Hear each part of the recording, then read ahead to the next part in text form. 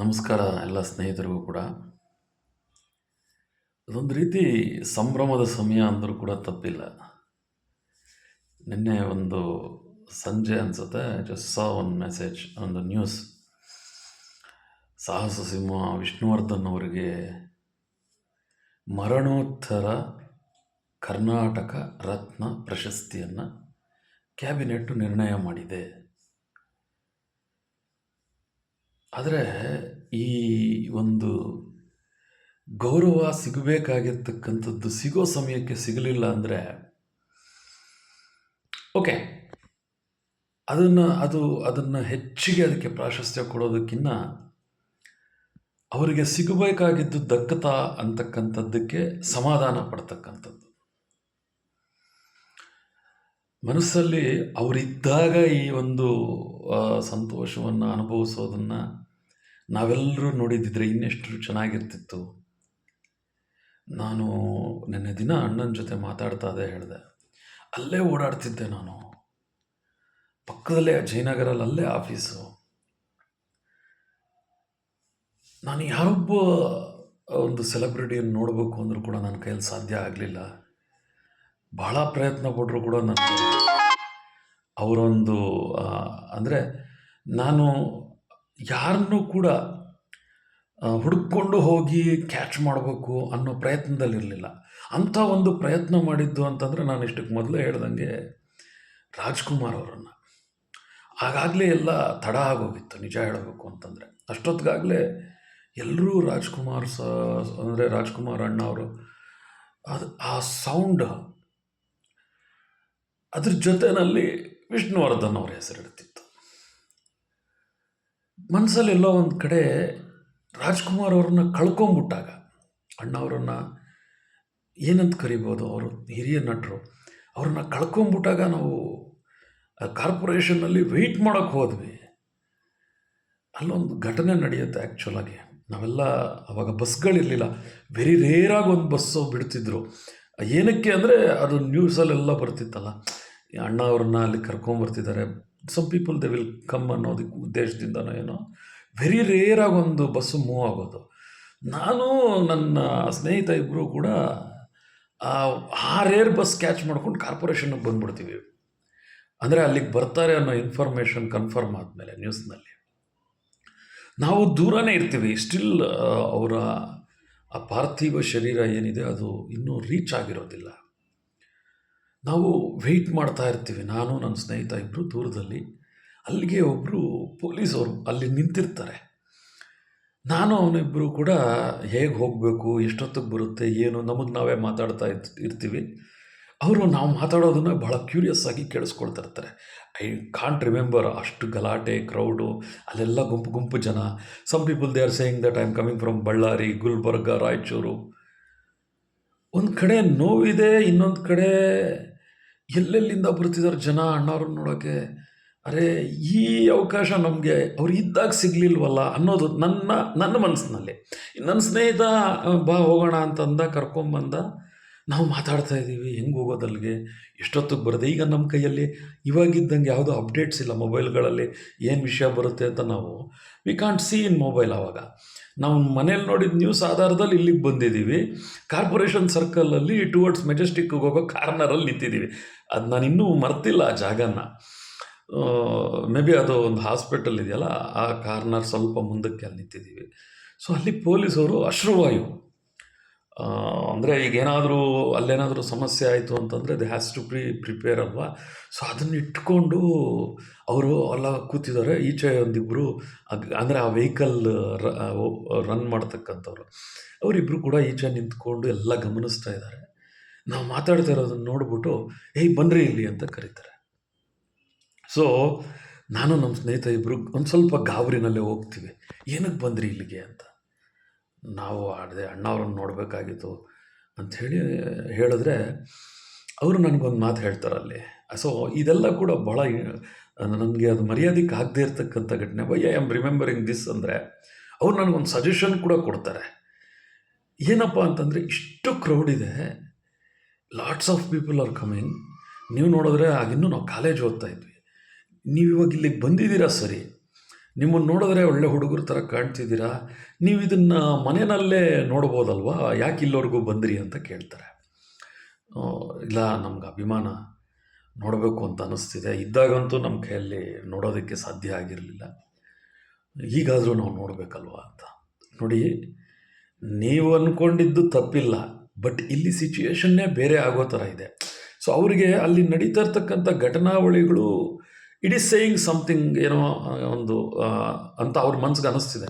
Y these people are ಅಲ್ಲ ಇಲ್ಲಿ ಎಲ್ಲರೂ ಕ್ರೌಡ್ ಆಗೋದು ಯಾಕೆ ಅಂತ. ಸೊ ಆಮೇಲೆ ಅದಾಗ್ತಾ ಇದ್ದಂಗೆ ಸ್ವಲ್ಪ ಹೊತ್ತಿಗೆ ನಮ್ಗೆ ಹೇಳ್ತಾರೆ, ನೀವೊಂದು ಕೆಲಸ ಮಾಡಿ, ನೀವು ಆ ನುಗ್ಲಲ್ಲಿ ನೋಡೋದಕ್ಕಿಂತ ಸೂಪರಾಗಿ ಟಿ ವಿನಲ್ಲೇ ತೋರಿಸ್ತಾರೆ, ಆರಾಮಾಗಿ ಅಲ್ಲಿ ನೋಡಿ, ನೀವು ಅಲ್ಲಿ ಹೋದರೂ ಕೂಡ ನಿಮ್ಗೆ ಏನಂದರೆ ಏನೋ ಇದಾಗಲ್ಲ, ಅಲ್ಲಿ ಕಷ್ಟ ಆಗ್ತದೆ, ನೀವು ಹೊರಟು ಬಿಡಿ ಅಂತಾರೆ. ಸಾರ್ ನಾವು ಅಲ್ಲಿಂದ ಬಂದಿದ್ದೀವಿ, ಹೇಗೆ ಏನು, ನೀವು ಈ ಥರ ಹೇಳ್ಬಿಟ್ರೆ ಹೇಗೆ ಅಂತ. ಸರಿ, ಆಮೇಲೆ ಅವ್ರು ಇದ್ಕೊಂಡು, ನೋಡಪ್ಪ ನಾನು ಆಯಿತು, ನಾನು ಹೇಳಿದ್ರು ನೀವು ಕೇಳಲ್ಲ ಅಂದರೆ ಓಕೆ, ಒಂದು ಥಿಂಗ್. ಈಗ ಅಲ್ಲಿ ಅವ್ರದ್ದೊಂದು ಇದಿರುತ್ತಲ್ಲ ವಾಕಿ ಟಾಕಿ, ಅದರಲ್ಲಿ ಅನೌನ್ಸ್ಮೆಂಟ್ಸ್ ಬರ್ತಾನೆ ಇತ್ತು, ಹೇಗಿದೆ ಏನೋ, they are speaking in there, ಅವ್ರದ್ದೇ ಇದರಲ್ಲಿ ಅವರು ಕಮ್ಯುನಿಕೇಟ್ ಮಾಡ್ಕೊಳ್ತಾ ಇದ್ರು. ಅದು ಗೊತ್ತಲ್ಲ ನಿಮಗೆ, ಕುರ್ಕುರ್ ಅನ್ನತ್ತೆ, ಮತ್ತು ಸಮ್ ಪೀಪಲ್ ಅಂದರೆ ಅವ್ರ ಹೈಯರ್ ಆಫೀಸರ್ಸ್ ಅವ್ರಿಗೆ ಇನ್ಫಾರ್ಮೇಷನ್ ಕೊಡ್ತಾ ಇರ್ತಾರೆ. ಈಗ ನಮಗೆ ಅಲರ್ಟ್ ಆಗಿರೋಕ್ಕೆ, ನಾವು ಮಾತಾಡ್ತಿದ್ರೆ ಅಲರ್ಟ್ ಮೆಸೇಜ್ ಬಂತು, ಎಲ್ಲರೂ ಅಲರ್ಟ್ ಆಗಿರಿ ಈಗ ಅನ್ನೋ ಒಂದು ಮೆಸೇಜ್ ಕೊಡ್ತಾರೆ. ಅಲರ್ಟ್ ಆಗಿರಿ ಅನ್ನೋ ಮೆಸೇಜ್ ಬಂದಾಗ ದೇ ಟೋಲ್ಡ್ ಮೀ, ಅವ್ರು ಹೇಳಿದ್ರು, ನೋಡಿ ಈಗ ಇಲ್ಲಿ ಏನು ಬೇಕಾದರೂ ನಾವು ರಿಯಾಕ್ಟ್ ಆಗ್ತೀವಿ, ನೀವು ಸ್ಟೂಡೆಂಟ್ಸ್ ಇರ್ಬೋದು, ಒಳ್ಳೆ ಹುಡುಗರು ಇರ್ಬೋದು, ನೋಡೋಕ್ಕೆ ಬಂದಿರ್ಬೋದು, ಬಟ್ ಸಿಚುಯೇಷನ್ ಏನಾದರೂ ಕೂಡ we have to do our works, ನಾವು ಅದನ್ನು ಹೇಗೆ ಅದನ್ನು ರಿಯಾಕ್ಟ್ ಆಗ್ತೀವಿ ಅನ್ನೋದು ನಮಗೆ ಗೊತ್ತಿರೋದಿಲ್ಲ. So again I will give the caution. ಪಾಪ ಅವ್ರು ಎಚ್ಚರಿಕೆ ಕೊಡ್ತಾ ಇರೋದು, ಅವರೇನು ನಮ್ಮನ್ನು ಅವಾಯ್ಡ್ ಮಾಡ್ತಿಲ್ಲ, ಬಟ್ ಅಲ್ಲಿ ಸೀನ್ ಅಥವಾ ಅಲ್ಲಿರ್ತಕ್ಕಂಥ ಸನ್ನಿವೇಶ ಅವ್ರಿಗೆ ಹೇಳ್ತಿದೆ. ಈ ಹುಡುಗರು ಪಾಪ, ನಾವು ಮಾತಾಡ್ತಾ ಇದ್ದದ್ದು ಅದ್ರ ಮಧ್ಯೆ ಕಾಲೇಜ್ ವಿಷಯ ಮಾತಾಡ್ತಿದ್ವಿ, ಅದು ಅಲ್ಲಿ ಹೋಗಬೇಕು ಹ್ಯಾಗೆ ಥಿಂಕ್ ಮಾಡ್ತಿದ್ವಿ, ಅಲ್ಲಿ ನೋಡಿದ್ರೆ ಫುಲ್ ಕ್ರೌಡ್ ಅಂತ ಹೇಳ್ತಿದ್ದಾರೆ, ಜನ ಇದ್ದಕ್ಕಿದ್ದಂಗೆ ಓಡ್ಕೊಂಡು ಬರೋದಕ್ಕೆ ಸ್ಟಾರ್ಟ್ ಮಾಡಿದ್ರು. ಆ ಸಮ್ ಟೈಮ್, ಒಂದು ಸಣ್ಣ ಸಮಯ ಎಲ್ಲವನ್ನ ಬದಲಾಯಿಸ್ಬಿಡ್ತಾ ಇದೆ. ಆಮೇಲೆ ಅವರು ಹೇಳಿದ್ರು, ಸೊ ನಾನೀಗ ಗಾಡಿ ಒಳಗಡೆ ಕೂತ್ಕೊಳ್ತೇನೆ, ನಾನು ಏನು ಮಾಡ್ತೀನೋ ನೀವು ನೋಡ್ತಾ ಇರ್ತೀರ, what ever it will happen. So ಅಂತ ಅನ್ನೋಷ್ಟೊತ್ತಿಗೆ ನಮಗೆ ಎಲ್ಲೋ ಒಂದು ಗಾಬರಿ ಅಥವಾ ಭಯ ಅಂತಕ್ಕಂಥದ್ದು, ಆ ಭಯ ಬರ್ತಾ ಇದ್ದಂಗೆ ನಾವೇನು ಮಾಡಿದ್ವಿ, ಒಂದು ಬಸ್ ಆಗಲೇ ಒಂದು Majestic side just it started slow ಆಗಿ ಬಂದು ಅಲ್ಲಿ ಇಳಿಯೋರು ಇಳಿತಿದ್ದಾರೆ, ನಾವಿಬ್ಬರು ಕೂಡ ಆ ಬಸ್ಸು ಸ್ಟಾಪ್ ಮಾಡಿ, ಅದು ನಿಲ್ಲೋ ಮೂಮೆಂಟು ಇಲ್ಲ, ಇದ್ದಕ್ಕಿದ್ದಂಗೆ ಅಲ್ಲೊಂದು ಸನ್ನಿವೇಶ ಬದಲಾಗ್ಬಿಡುತ್ತೆ. ನಾವು ಓಡ್ಕೊಂಡು ಹೋಗಿ ಆ ಬಸ್ ಕ್ಯಾಚ್ ಮಾಡಿಬಿಟ್ಟು, ಅವರು ಹೋಗಿ ಬನ್ನಿ ಟಿ ವಿಲಿ ನೋಡಿ ಅಂಥೇಳಿ, ನಾವು ಹೋಗಿದ್ದು ನೋಡಿ ಅವರು ಅವ್ರು ಮಾಡ್ತಾ ಇರ್ತಕ್ಕಂಥ ಕರ್ತವ್ಯಕ್ಕೆ ನಾವು ಇಷ್ಟರ ಮಟ್ಟಿಗೆ we have to be support ಅಂತಕ್ಕಂಥದ್ದಷ್ಟೇ. ಬಟ್ ಮಿಸ್ ಆದ್ವಿ, ನೋಡೋಕ್ಕಾಗಲಿಲ್ಲ, ಇದೆಲ್ಲ ಇವತ್ತಿಗೂ ಇದೆ. ನೋಡೋಕ್ಕಾಗಲಿಲ್ಲ ಅನ್ನೋದು, ಮತ್ತು again we came to home and we saw, ಎಲ್ಲರೂ ಕೂತ್ಕೊಂಡ್ವಿ, ಆ ನೋವನ್ನು.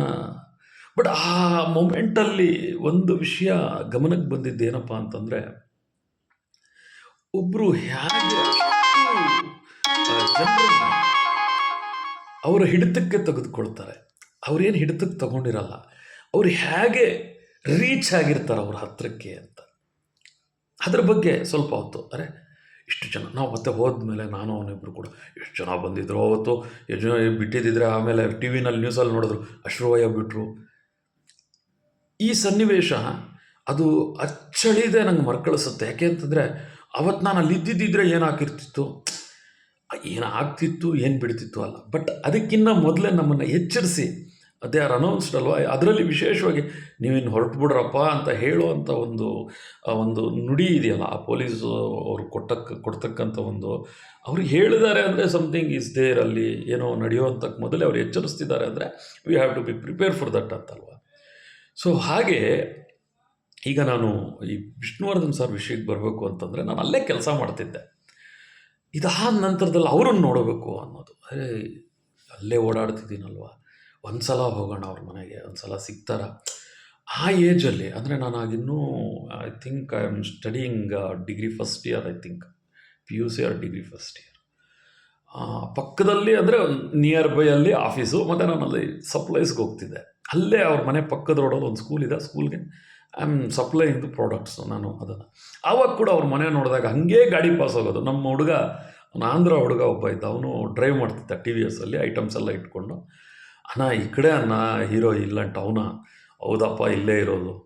ಅವ್ರನ್ನ ನೋಡೋಕ್ಕೆ ಆಗಲಿಲ್ಲ ನಮ್ಮ ಕೈಯಲ್ಲಿ. ಅವರು ಎಲ್ಲಾದರೂ ಯಾವಾಗಾದರೂ ಈಚೆ ಬರ್ತಾರಂತ ಅವನು ಇಲ್ಲಿ ಐಟಮ್ ಕೊಡ್ತಿದ್ರೆ ನಾನು ಅಲ್ಲಿ ಹೋಗೋ ಕಾರ್ನರಲ್ಲಿ ಹೋಗಿ ವಾಕಿಂಗ್ ಥರ ನಡ್ಕೊಂಡು ಹೋಗಿ ಅಲ್ಲಿ ನಿಂತ್ಕೊಳ್ಳೋದು. ಎಲ್ಲಾದರೂ ಅಚಾನಕ್ಕಾಗಿ ಕಾಣಿಸ್ಬಿಡ್ತಾರ ಅಂತ ಅಲ್ಲಿ ಹೋಗಿ ಅವ್ರನ್ನ ನೋಡಬೇಕು ಅಂದರೆ ಒಂದು ರೀತಿಯಾದಂಥ ಫಿಯರ್, ಭಯ. ಏನು ಮಾತಾಡ್ತೀರ ಅವ್ರ ಹತ್ರ ಹೋಗಿ, ಏನು ಮಾತನಾಡ್ಬೋದು, ನಮಗೇನೂ ಗೊತ್ತಿಲ್ಲ ಆ ಟೈಮಲ್ಲಿ. ಸೊ ಹೀಗೆ ಅಂಥ ಮಹನೀಯ ಗುಣವನ್ನು ಹೊಂದಿರತಕ್ಕಂಥ ನಟರು. ಹಾಗೆ ವಿಷ್ಣುವರ್ಧನ್ ಸಾರು ಅವರ ಒಂದು ಚಲನಚಿತ್ರಗಳು, ಅವರು ಕೊಟ್ಟಂಥ ಒಂದು ನಟನಾ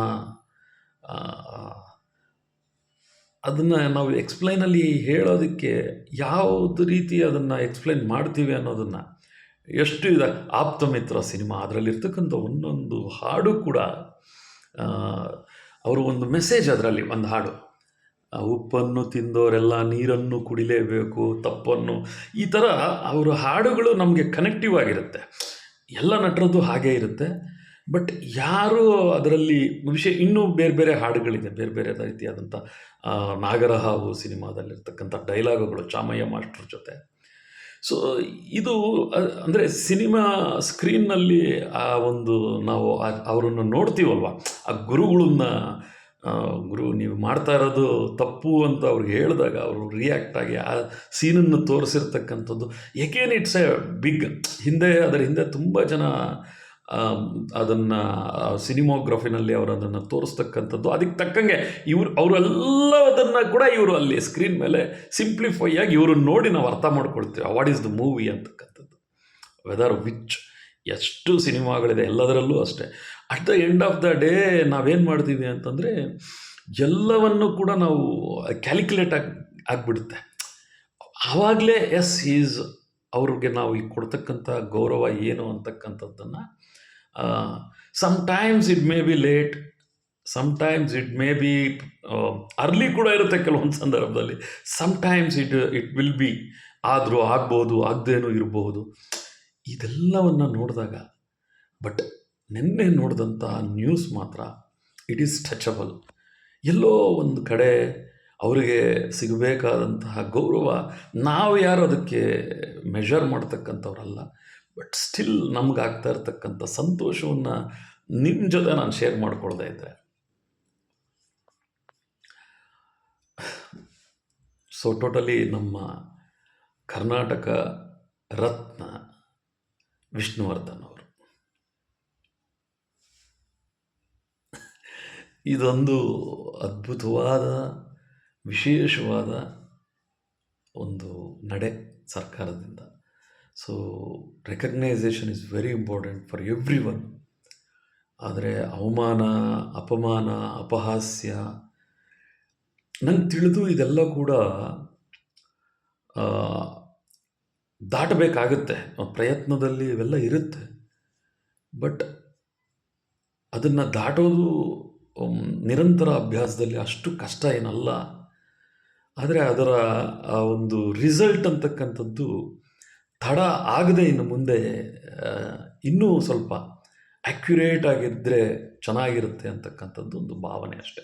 ಅಂದರೆ ಈ ಒಂದು ಗೌರವಗಳನ್ನು ಕೊಡ್ತಕ್ಕಂಥದ್ದು, ಸರಿಯಾಗಿ ಗುರುತಿಸ್ತಕ್ಕಂಥದ್ದು, ಅದಕ್ಕೆ ಅಂತ ಒಂದು ರಚನೆ ಇರಬೇಕು. ಅದನ್ನು ಮಾಡ್ತಕ್ಕಂಥವ್ರು ಒಂದು ಗ್ರೂಪ್ ಇರಬೇಕು. ಅದನ್ನು ನಿಭಾಯಿಸ್ತಕ್ಕಂಥವ್ರು ಅದಕ್ಕೆ ಮೊದಲೇ ತಯಾರಿ ಮಾಡ್ಕೊಂಡಿರಬೇಕಾಗುತ್ತೆ. ಸೊ ಹಾಗೇನಾಗುತ್ತೆ, ಈ ಮರಣೋತ್ತರ ಗೌರವಗಳು ಮರಣಕ್ಕೆ ಮೊದಲೇ ಸಿಕ್ಕಿದ್ರೆ ಅದರ ಆ ಸಂತೋಷ ಬೇರೆ ವಿಧಾನದಲ್ಲಿರುತ್ತೆ. ಈಗ ನಮ್ಮಲ್ಲಿರ್ತಕ್ಕಂತಹ ವಿಷ್ಣುವರ್ಧನ್ ಅವರು ಅದನ್ನು ಸಂತೋಷವಾಗಿ ಆಕ್ಸೆಪ್ಟೆನ್ಸಿ ಮಾಡ್ತಕ್ಕಂಥದ್ದು ಅಷ್ಟೇ. ಬಟ್ ಅವರಿದ್ದಾಗ ಆದರೆ ಅದು ಬಟ್ ಸ್ಟಿಲ್ ಹ್ಯಾಪಿ. ಮತ್ತೊಮ್ಮೆ ಕರ್ನಾಟಕ ರತ್ನ ವಿಷ್ಣುವರ್ಧನ್ ಅವರಿಗೆ ಅಗಲಿಕೆಯ ನೋವಿನಿಂದ ಈ ಒಂದು ಗೌರವ ಸನ್ಮಾನವನ್ನು ಕೊಟ್ಟಿರ್ತಕ್ಕಂತಹ, ಅದಕ್ಕೆ ಸಹಕಾರ ಕೊಟ್ಟಂಥವ್ರು ನೋಡಿ, ಇದು ಗೌರವ ಸನ್ಮಾನ ಕೊಟ್ಟಿದ್ದು ಬೇರೆ, ಅದಕ್ಕೆ ಪೂರಕವಾಗಿ ಅದನ್ನು ರೆಕಗ್ನೈಸ್ ಮಾಡಿದಾರಲ್ಲ, we have to salute them, we have to respect them. ಅವ್ರಿಗಿದು ಸಿಗಲೇಬೇಕು ಅಂತ ಅವ್ರು ಇಲ್ಲದೇ ಇದ್ದರೂ ಕೂಡ ಆ ಒಂದು ಇನಿಷಿಯೇಟ್ ತೊಗೊಂಡಿದ್ರಲ್ಲ, ಅವರೆಲ್ಲರಿಗೂ ಕೂಡ ನಾವು we have to give the ಆ, ಆ ದೊಡ್ಡ ಚಪ್ಪಾಳೆಯನ್ನು ಅವ್ರಿಗೆ ಕೊಡಬೇಕು ಅನ್ನೋದು ನನ್ನ ಮನಸ್ಸಿಗೆ ಅನ್ನಿಸ್ತಾ ಇರತಕ್ಕಂಥದ್ದು. ಸೊ ಮಿತ್ರ ವೃಂದ, ಸ್ನೇಹಿತರೆ, ಝಿ ಏನೆಲ್ಲ ಆಗಬಹುದು, ಏನೆಲ್ಲ ಆಗುತ್ತೆ ಮುಂದಿನ ದಿನಗಳಲ್ಲಿ ಅನ್ನೋದಕ್ಕೆ ಇದೊಂದು ಸಣ್ಣ ಎಕ್ಸಾಂಪಲ್. ಸೊ ಎಲ್ಲರೂ ಕೂಡ ಇದೊಂದು ಸೆಲೆಬ್ರೇಷನನ್ನು ನಮ್ಮಷ್ಟಕ್ಕೆ ನಾವು ಮಾಡ್ಕೊಳ್ಳೋಣ. We are actually happy. Then ನಿಮ್ಮೆಲ್ಲರಿಗೂ ಧನ್ಯವಾದಗಳನ್ನ ಹೇಳ್ತಾ, ನಮ್ಮ ಆಪ್ತ ರಕ್ಷಕ, ಆಪ್ತ ಮಿತ್ರನಿಗೆ ಈ ಸನ್ಮಾನದ ಒಂದು ಸಂತೋಷವನ್ನು ನಮ್ಮಲ್ಲಿರ್ತಕ್ಕಂಥ ವಿಷ್ಣುವರ್ಧನಗಳಿಗೆ ತಲುಪಿಸ್ತಾ ನಮ್ಮಲ್ಲಿರ್ತಕ್ಕಂಥ ವಿಷ್ಣುವರ್ಧನಗಳಿಗೆ ತಲುಪಿಸ್ತಾ, we will all celebrate our self. Thank you. Keep on watching ISTA Ishta, Phanindra.